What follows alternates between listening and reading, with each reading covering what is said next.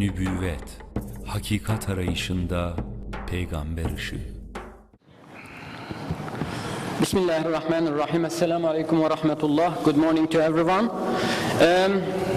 In my paper, I will attempt to present Said Nursi's philosophy on religious universality, and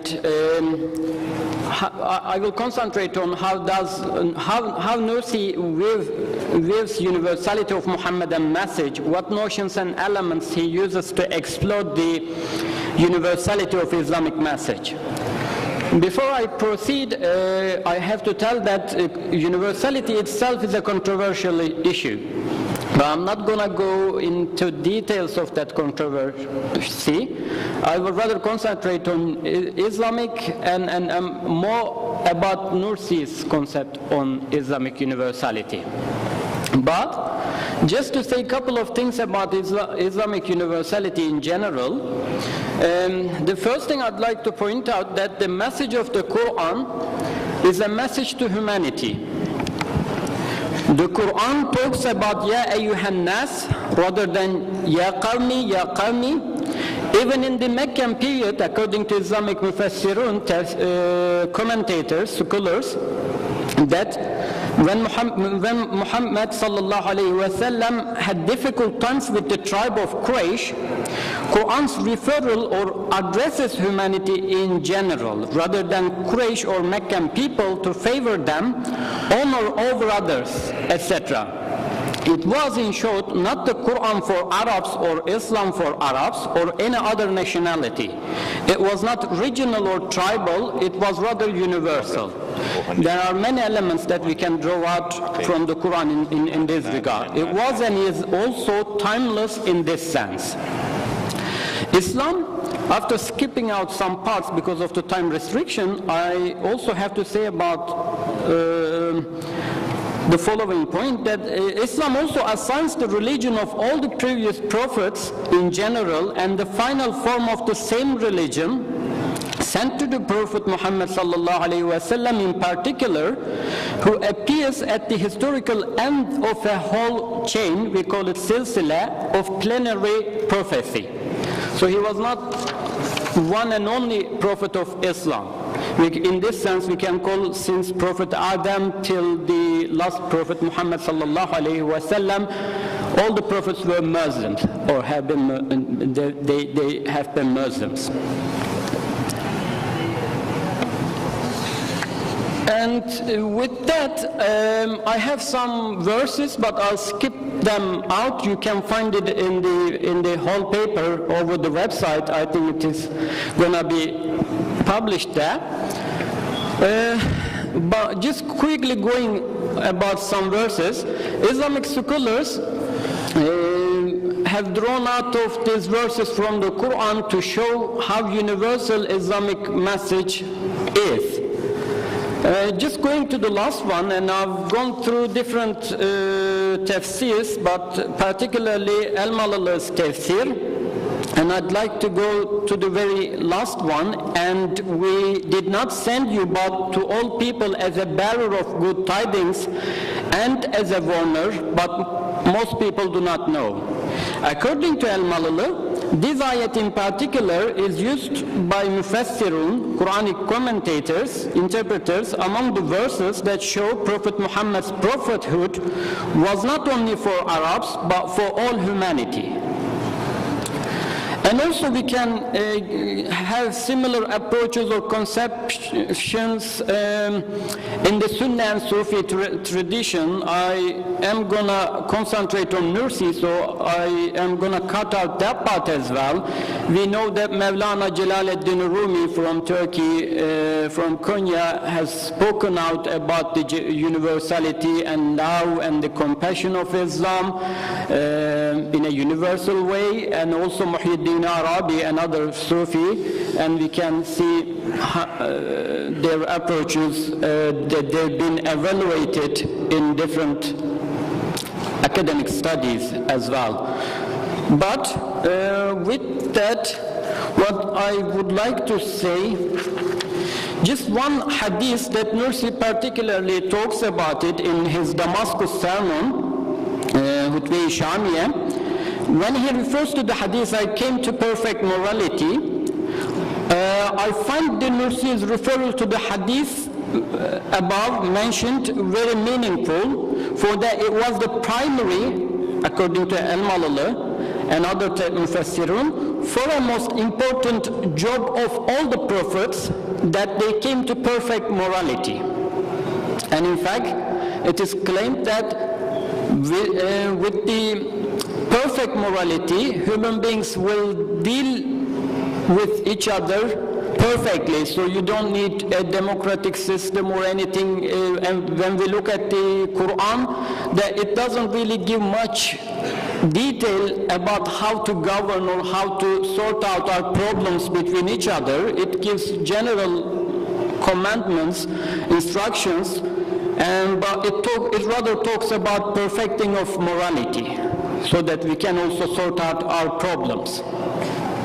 Nursi also uses this hadith and develops on this issue in his later Risale-i-Nur, and he also, in the same work, in Damascus Sermon, elaborates this issue by stating that a general conscience, Vicdan-ı umumi, he says, in this century is damaged by the attacks coming from atheistic materialistic philosophy, and it needs to be healed. So now Nursi and universality. According to Nursi, the truth, when I say the truth, in capitals, the truth is one, but understanding of the truth is not one. The understandings may be many and can have different forms according to time and place. Even sacred laws, he talks about it in the 27th word, change according to the ages. Indeed, in one age, different prophets may and have come. There were even different prophets and laws in the same continent, in the same century, preaching the same religion, with the core being the same in different contexts. Nursi particularly addresses Islamic universality in his earlier writings, especially in the first Said period. And in this regard, just to mention that, as you can see the points in the slide, following on to that with this slide, what Nursi says, there is even deeper and stronger ontological connection that ties human beings, humanity and Islam. He uses insaniyet-i kubra and insaniyet-i sughra. In his own words, Islamiyet is supreme humanity. Islamiyet is insani kubra. In other words, Islamiyet is like reflection of humanity, he says. According to him, the fruits of civilization, which is like insaniyet-i sughra, he says, like minor humanity, if we can translate it literally, is like an introductory part of supreme humanity. Therefore, Islam, which is supreme humanity, is a general mercy to all human beings. It is in this sense Nursi maintains that reflection of supreme impartial justice, adalet-i mahsa, that resides within the bonds of Islam, which is supreme humanity, will dominate the future of the realm of existence, up until the end of the times, he says. This is also that I wanted to talk about, but I'll have to skip out and rather concentrate on the four elements, four universal teachers that Nursi used for Islamic universality. But please bear in mind, these two slides are the comments made by Professor Thomas Michel, the ex-secretary for Interfaith Dialogue, to the late Pope John Paul. And Nursi, just to say the list, that Nursi was instrumental in promoting interfaith dialogue. He started talking about it in 1911. He said that we have to come together with the Ahl Kitab, the people of the book, to find the common grounds against the common enemy of atheism.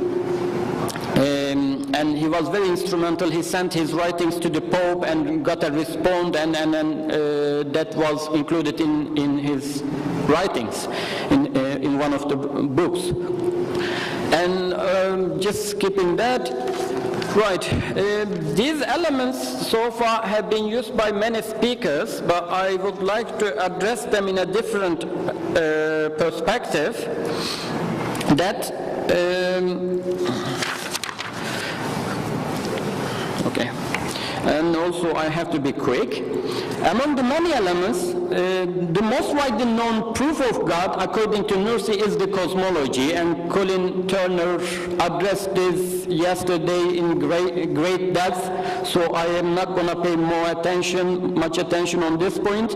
But Nursi describes the cosmos, or cosmos as a vast book, or a cosmic book, showing the oneness and divine unity of God. As the man being traveler travels through the universe, questioning each of its realms and learning of their testimony to the divine existence and unity. And then his belief gains universality, strength with each degree, and passes from taqlidi iman, imitative belief, to the degree of certain and haqiqi belief. In his interpretation of the verse mentioned in the previous slides from the Quran, and there is nothing but it glorifies him with praise, Quran chapter 17, 4-4, Nursi writes that everything has numerous aspects that give up knowledge of God like windows. What matters is, though, when approaching the cosmic book, one needs to analyze and read the book correctly, either by ma'na-i harfi or ma'na-i ismi, self-referential or other indicative.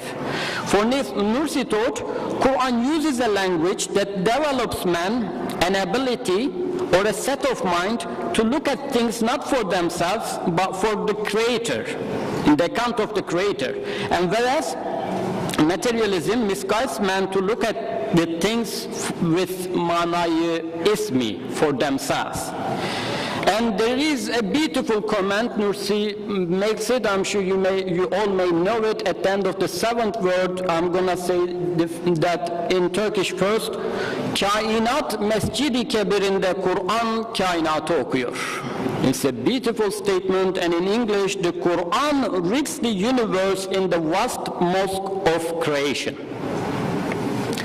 And also he conceptualizes Quran as hafiz, memorize the Quran, reading the signs in the pages of the cosmic book written by the pen of power. The second one I'm going to skip out, and the third one is prophethood, the subject matter of this conference. I'll have a minute or two with this one. The primary duty of the prophets, according to Nursi, is to teach man the meanings of the creational signs, which comprise the created realm. In other words, the vast book of the universe, cosmic book, cannot be understood properly unless it is read properly, with ma'na-i harfi, and in one sense that prophets are sent to teach the people how to read the signs and interpret it correctly. So when Nursi approaches cosmic book and prophethood, what he puts into the context is the spirituality of what they signify, what they mean, why they are so important. So Nursi, in short, offers us a practical and ideal model by which we can glimpse the actual embodiment of the names and their practical implications, column the example of the Prophet. And the fourth and the last element that I'd like to talk, and this is also a beautiful comment that he makes in one of his earlier writings in the Masnavi, and you can quickly go through it before I skip to the last point. As a universal teacher, the Quran, according to Nursi, makes known to man his sustainer. It is the pre-eternal translator of the great book of the universe.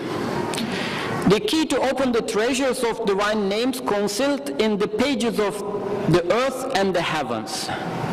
Nursi argues that the phrases of the Quran are not restricted to a single or two meanings, that is, I think in Munazarat or Muhakamat that he talks about it. Rather, since the Quran addresses all levels of mankind, its phrases are like universals, wholes, which comprise meanings for each level. And he also makes the following comment that our nationality is one body, its spirit is Islam, and its reason is Iman. Sorry, Quran, he says. For him, all the problems of humanity find their solutions in the Quran. And there is a beautiful passage at the beginning of 25th word, but I cannot go through that. It's like more than 20 lines with commas, just one sentence describing what the Quran is. And I would really appreciate, highlight, and emphasize you go through that and you find great depth in it, what the Quran really signifies and how it has got the the previous prophets' teachings and etc. in it. Concluding, it is important to point out that Nursi was not a Turkish or a Kurdish nationalist. So was he not a pro-Muslim nationalist, in other words, Müslümancı neither. The emphasis in Nursi's writings rather moves to the truths of belief and Islam and Muslimness. The truths of Islam and belief, according to Nursi, will dominate the future.